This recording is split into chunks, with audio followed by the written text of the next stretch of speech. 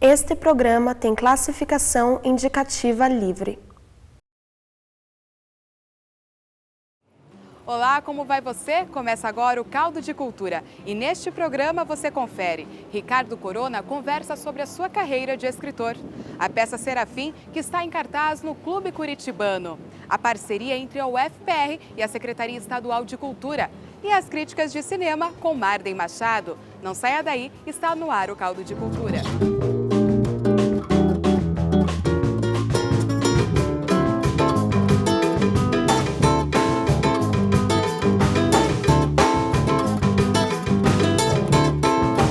Dessa vez, o Caldo de Cultura está no coração do Centro Histórico de Curitiba, na região conhecida como Largo da Ordem. Daqui a pouco nós vamos falar da importância histórica e cultural deste local. Mas agora vamos dar uma notícia boa. Uma parceria entre a UFPR e a Secretaria Estadual de Cultura vai levar os grupos artísticos da universidade para diversas cidades do Paraná, promovendo cada vez mais o acesso à cultura.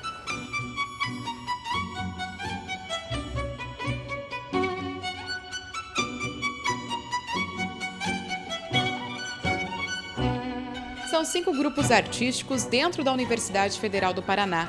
A Tessera Companhia de Dança é considerada uma das mais importantes companhias de dança contemporânea do Brasil. O grupo foi formado há mais de 30 anos. Nessa trajetória, eles aliaram as técnicas da dança moderna aos conceitos da dança-teatro e criaram uma técnica de dança formativa particular da companhia. Na música, em 1994, surgiu o grupo de MPB da universidade, a partir da vontade de integrantes do coro da UFPR de cantar a música popular brasileira.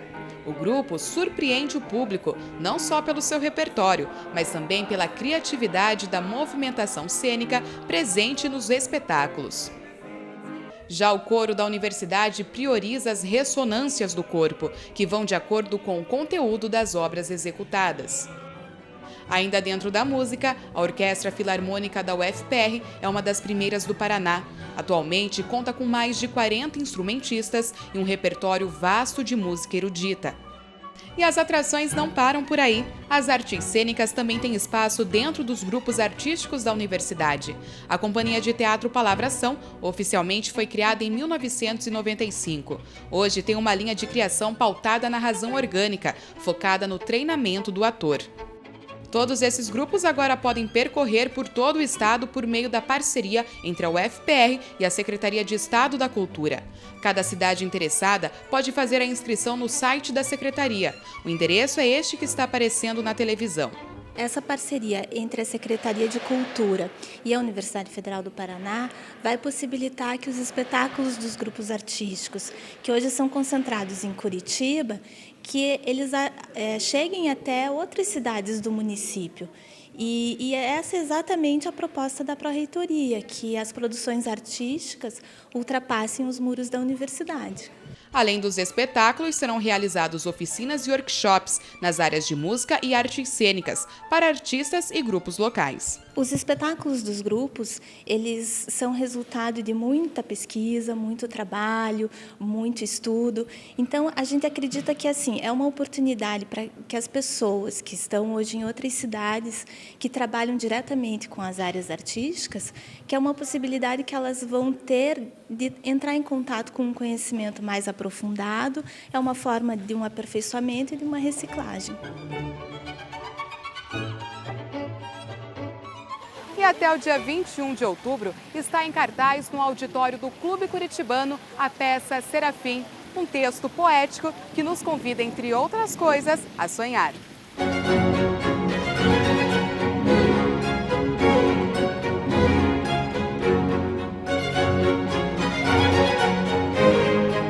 Serafim é um personagem que leva para o palco histórias, frutos da sua imaginação, dos seus sonhos e das suas próprias lembranças. Um poeta que, no fim de sua vida, relembra fatos e acontecimentos e acaba se convencendo de que sonhar é necessário. Serafim, como diz a primeira frase do espetáculo, é um homem comum. Comum assim como todos nós. É um artista, na verdade. É um senhor de idade, mais de 80 anos, que está no final da sua vida.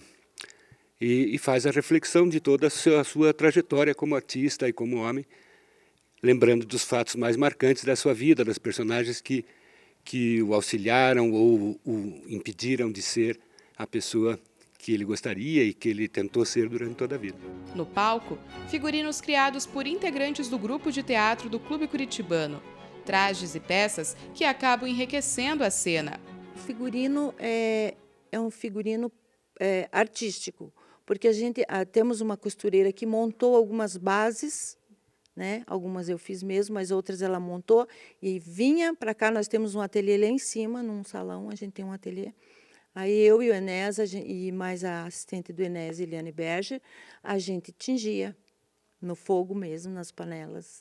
E a gente fez muito batique, a gente fez várias técnicas com tecido para chegar nisso, porque como o Enés é muito, além de ser diretor, ator e dramaturgo, ele é muito artista, na palavra mais certa, ele é um artista. Então, para o Enés é pouco um vestido feito numa costureira.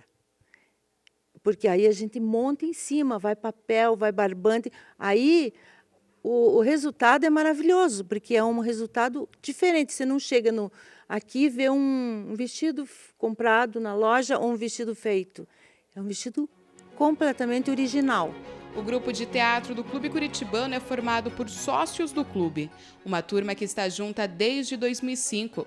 Para o diretor, trabalhar com os mesmos atores e atrizes é uma experiência que só traz vantagens. Hoje acho que mais de 60% desse elenco do Serafim está desde o início. Então isso dá uma integração entre as pessoas, a gente cria um laço de amizade mesmo, de cumplicidade na criação artística, que facilita muitíssimo o trabalho em qualquer texto, em qualquer pesquisa, em qualquer proposta que a gente apresente. A gente já trabalhou com muito mais atores. A nossa primeira peça tinha 32 atores em cena, outras tinham 20, outras 18. Esta temos 13 atores em cena. E essa unidade, esse conhecimento entre os atores, com certeza facilita o trabalho. A peça Serafim está em cartaz até o dia 21 de outubro no auditório do Clube Curitibano. E no próximo bloco, conheça a história do Largo da Ordem e uma entrevista com Ricardo Corona. Não saia daí, o Caldo de Cultura já volta.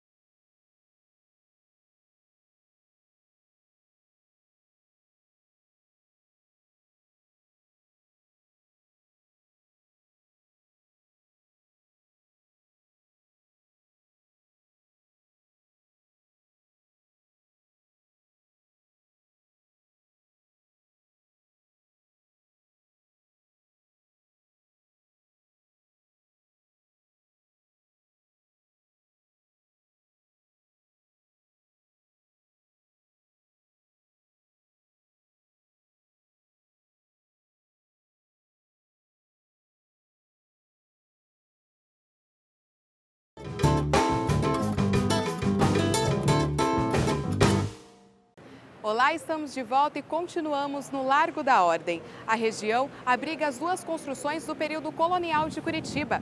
A Igreja da Ordem, que foi fundada em 1737, e a Casa Romário Martins, que também foi construída no século XVIII.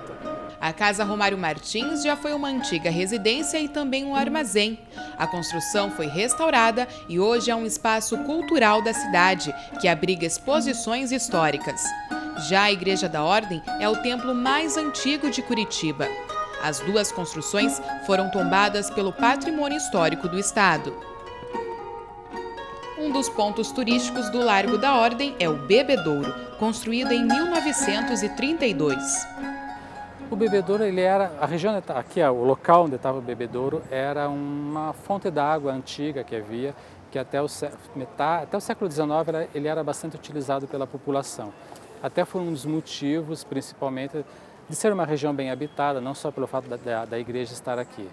Com o abastecimento de água encanada, já no começo do século XX, ele foi desativado e, posteriormente, em 1932, essa fonte foi aproveitada para se construir esse bebedouro, que é, assim, famosíssimo nas fotos, principalmente do João Batista Grosso, que mostra as colunas das regiões vizinhas aqui ao centro de Curitiba, com os carroções estacionados, né? E se tornou um ponto bem tradicional, bem característico do centro de Curitiba, aqui do Largo da Ordem, principalmente. Ele é, assim, digamos, o cartão postal do Largo, né? Junto com a Romário Martins e a Igreja da Ordem.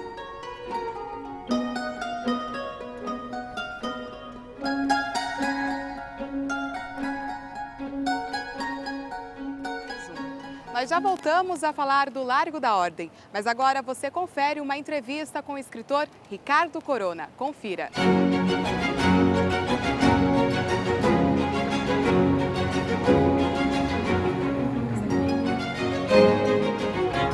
Ricardo Corona é um forte nome da poesia paranaense, mas que nos últimos meses vem se destacando na prosa. Eu acho que a poesia, a minha poesia propriamente dita, ela sempre vacilou entre a poesia e a prosa, né? Eu nunca fui um poeta que contou versos, que escreveu uma poesia que formalmente se sustentasse, assim. Minha poesia é muito fraca em termos formais, falando em termos formais. Então, isso já é uma aproximação da prosa, porque eu sempre pensei com o Jean Genet, que eu vou citar o Jean Genet, a prosa acontece quando a poesia vacila. Então, acho que a minha poesia vacilou e comecei a trabalhar a linguagem quase que automaticamente, intuitivamente, de uma maneira mais prosaica, assim, né? E neste ano, Ricardo Corona estreou na prosa com o livro An. O An é um livro que eu procurei trabalhar com uma escrita, o branco da página. É um livro que se dá toda a narrativa no rodapé. O An, na verdade, é um livro que tem uma nota de rodapé. Porém, no espaço principal da página é toda branco. Então, essa é a relação ausência-presença de uma escrita e a relação com a imagem do branco, da neve, do abominável Homem das Neves, né? Como se, em algum tempo, no tempo da ficção, aqui por Curitiba, tivesse passado esse abominável Homem das Neves, né? É uma brincadeira também metafórica com a nossa galeria de monstros. Tem o Daldo Trevisan, que é o vampiro, o Wilson Bueno, que é o lobisomem, o Paulo Leminski, que é o cachorro louco, e o Valente Xavier, Frankenstein, né? Então, agora, o abominável Homem das Neves, com toda a modéstia, claro. No ano passado, Ricardo lançou seu último trabalho com poesia, o livro Curare, fonte de uma longa pesquisa. O Curare foi uma pesquisa que pela Bolsa Petrobras, que começou, assim, a rigor em 2008. Eu comecei a pesquisar essa etnia paranaense, os Chetás, e durante um ano, por conta própria. Aí eu inscrevi na Bolsa Petrobras e fui contemplado e comecei a pesquisar mais seriamente. Daí tinha recursos, tinha condições para isso, né? E fui até os Caigangues, a aldeia Caigangue, em Mangueirinha. Convivi algum tempo com considerado um dos últimos falantes da língua Chetá, que é o Ianguaraí. E essa figura, o Ianguaraí, ele, na verdade, me deu a pulsão do poema Curare, que o livro é um poema livre, assim, todo ele é um único... A poesia ocupa um único lugar, né? Todos os fragmentos se relacionam com este lugar, e deste lugar abrangem para outros. E a pulsão desse lugar é justamente a declaração que o Ianguaraí fez para mim quando ele disse que falava toda manhã com um espelho, porque ele tinha saudades de praticar a língua Chetá, que é uma língua morta praticamente, né? E ele foi um dos últimos falantes, ele morreu em, se não me engano, 2009, 2010. Então eu comecei a escrever movido por essa pulsão, né, da ausência, que é a ausência de uma língua, para mim, é onde pode conter toda a pulsão poética. É o lugar da tradução também, né, entre uma língua e outra. Que lugar é esse entre uma língua e outra, né? Onde a a tradução se resolve muitas vezes, né? Onde o limite o limite formal das línguas pede que você crie. Então, quando uma língua vai para outra, e há o limite, principalmente em poesia, naquela língua eu não estou conseguindo levar esse texto conforme ele está na língua original, né? Então, na língua hospedeira, você parte para um ato de criação. Eu acho que o lugar abandonado de uma língua não falante, uma língua abandonada, essa é a palavra, né? Abandonada, é um lugar de pulsão, onde a poesia pode se relacionar com muita potência, muita latência, né? Das páginas dos livros para a performance Carretel Curari, que transformou em discurso oral as palavras escritas. A performance Carretel Curari, para mim, ela representa uma atitude ética, né? Entendendo esse ethos como uma autodeterminação. Para mim, ética é aquilo que você se autodetermina em fazer. E a estética, diferentemente da ética, é onde as coisas se realizam, né? Então, neste caso, tratando de etnopoesia, tratando de uma cultura onde a poesia aparece como uma prática oral, né? Que nem é assim chamada de poesia. A poesia é uma palavra de origem grega, né? E então, o espaço da performance é onde há o abandono do livro, né? Então, nesse caso, é que a minha pesquisa, que foi para o livro, volta para o espaço da performance, volta, portanto, para a oralidade. Essa é uma ética que eu quis me autodeterminar durante o processo e finalização do processo do poema Curari. E assim eu fiz, criei um carretel onde eu estico uma linha que eu suspendo na parede com pequenos carretéisinhos, amarro a língua para dizer o poema, e com uma promessa de um juramento, né, de nunca dizer esse poema sem o auxílio desse carretel. Uma espécie de rito oral assim, que eu me empenho em fazer por causa justamente desse ethos que eu me coloquei assim. Performance, poesia, prosa. Será que as palavras têm limites? E o artista? Eu acho que a escrita, ela não se dá somente pela palavra, né? A palavra é um procedimento. Existe a escrita corporal, fotografia, a etimologia da palavra fotografia é escrever com a luz. Então a escrita pela palavra é uma espécie de convenção, assim, né? Uma relação escrita-palavra, parece que elas estão imbricadas, assim. E, na verdade, a minha inquietação, desde sempre, esteve em relacionar poesia, artes visuais, poesia e o espaço da performance. E agora a prosa tem aparecido com força. Eu estou escrevendo atualmente um romance. E então, eu acho que é uma decorrência quase que natural, assim, aquilo que eu te falei, assim, num determinado momento a minha poesia ficou muito visível esse vacilo e de repente eu me encontro escrevendo prosa. Eu acho que a classificação não compete a mim dizer eu sou isso, eu sou aquilo. Eu não me preocupo necessariamente com isso, né?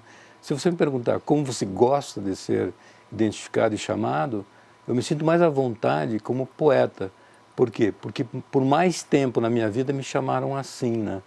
Mas me sinto artista também, por conta da performance, né? É claro que não me coloco na condição de quem executa todas as linguagens e é capaz de executá-las sem nenhum problema, né? Por exemplo, artes visuais eu não executo, mas eu leio muito a respeito, gosto de estar envolvido nesse universo das artes visuais, sou um participante bem ativo desse universo das artes visuais, mas não sou um artista visual, né? Então, eu acho que é um desdobramento natural, assim, a prosa na minha poesia. E no próximo bloco, a importância do Largo da Ordem e as críticas de cinema com Marden Machado. Não saia daí, o Caldo de Cultura já volta.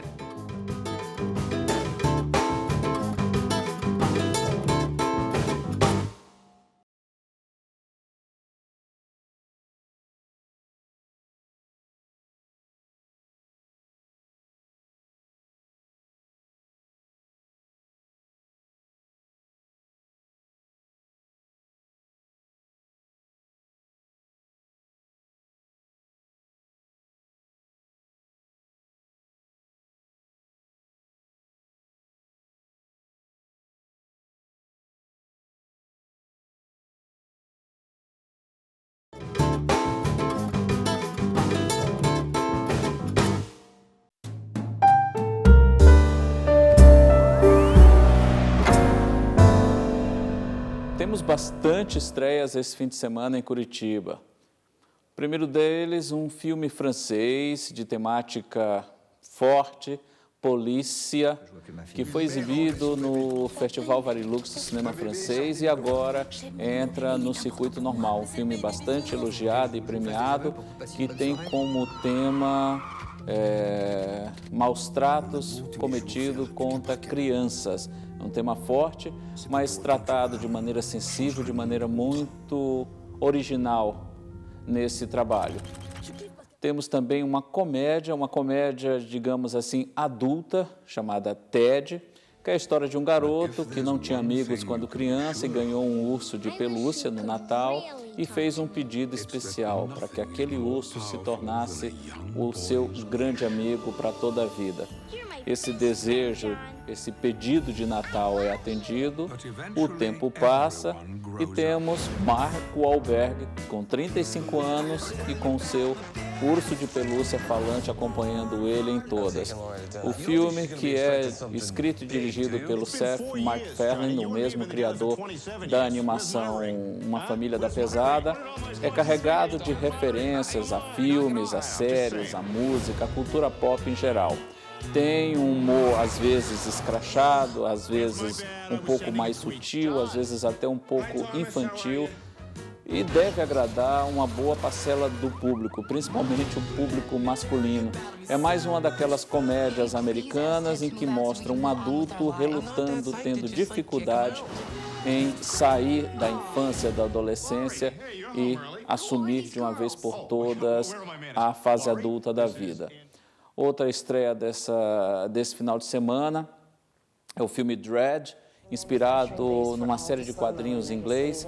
Já tivemos, em 1995, uma outra versão dessa mesma história, estrelada pelo Sylvester Stallone. Essa nova versão é bem mais fiel aos quadrinhos, tem um visual bem mais próximo do que existe nos quadrinhos também e é bem mais violento do que a primeira versão feita pelo Sylvester Stallone, mas também é muito melhor.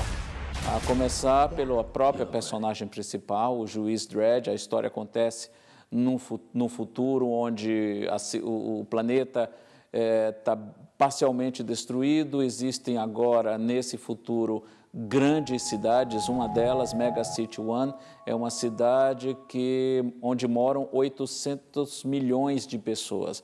É muita gente, o caos reina e até para poder dar conta dessa desordem toda, o Ministério da Justiça instituiu a figura dos juízes, que são nada mais nada menos que policiais, mas que decidem de pronto a sentença do criminoso. Eles podem até, caso o criminoso seja considerado culpado pelo julgamento desse juiz, ser sumariamente condenado, ou seja, morto. E dentre esses juízes, o mais destacado é justamente o juiz Dredd, que é vivido pelo ator Karl Urban. Fez O Senhor dos Anéis e fez também o Dr. McCoy na nova série de Jornada nas Estrelas. O filme, como eu já disse, é bem fiel ao espírito dos quadrinhos. O juiz Dredd em nenhum momento tira o capacete, coisa que acontecia direto na versão do Stallone, afinal de contas ele queria aparecer, mas é extremamente violento.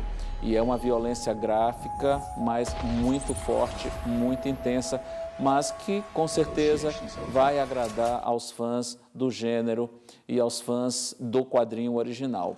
E fechando as estreias da semana, temos um filme de suspense com um pouco de terror, Poder Paranormal. O elenco chama atenção, é estrelado por Robert De Niro, Sigourney Weaver e o Cillian Murphy, mas a história também não acrescenta muita coisa. Tenta discutir a questão da fé, a questão da paranormalidade, mas termina caindo em alguns lugares comuns e se revela não tão original assim. É um filme dirigido pelo mesmo diretor de Enterrado Vivo, um filme de 2 anos atrás, bem interessante, mas que não consegue repetir nesse novo trabalho a mesma pegada do seu trabalho anterior. Então, são esses os lançamentos desse final de semana aqui em Curitiba. As casas são construções antigas dos séculos 18 e 19, todas restauradas e que hoje fazem parte do setor histórico de Curitiba. As ruas, ainda com ladrilhos, são fechadas para o tráfego de veículos, estimulando o passeio dos pedestres. A região do Largo da Ordem é uma das mais visitadas pelos turistas que chegam à capital paranaense. O comércio também sempre foi forte no Largo da Ordem. Essas construções antigas, além de abrigarem diversos centros culturais, também é ocupada por bares e restaurantes de Curitiba. Mas o que atrai mesmo os turistas é a Feirinha do Largo, que ocorre há mais de 40 anos. Este espaço, que agora está vazio, todos os domingos fica lotado, com as mais de 1000 barraquinhas e com os mais de 15.000 turistas que vêm conhecer e comprar as peças do artesanato local. Comércio, história, cultura. O Largo da Ordem é uma região importante para a cidade de Curitiba, um patrimônio histórico que segue preservado e é alvo da admiração das pessoas que passam por ali. Ela é uma região bastante privilegiada, até pelo fato dela ser inteira calçada, que permite o uso de pedestres, né?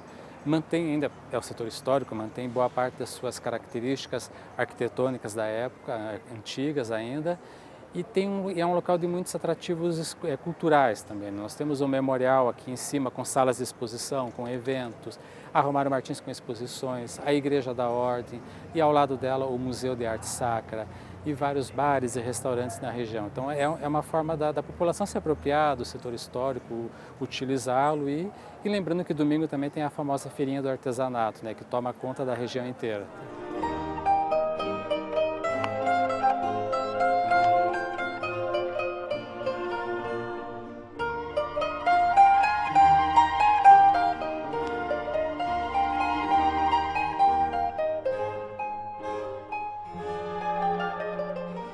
E daqui do Largo da Ordem, o Caldo de Cultura se despede. Gostou do programa? Para rever essa e outras edições, agora você pode acessar todos os conteúdos da UFPR TV no nosso canal do YouTube. Acesse, o endereço é este que está aparecendo aqui na tela. Uma boa semana para você e até a próxima!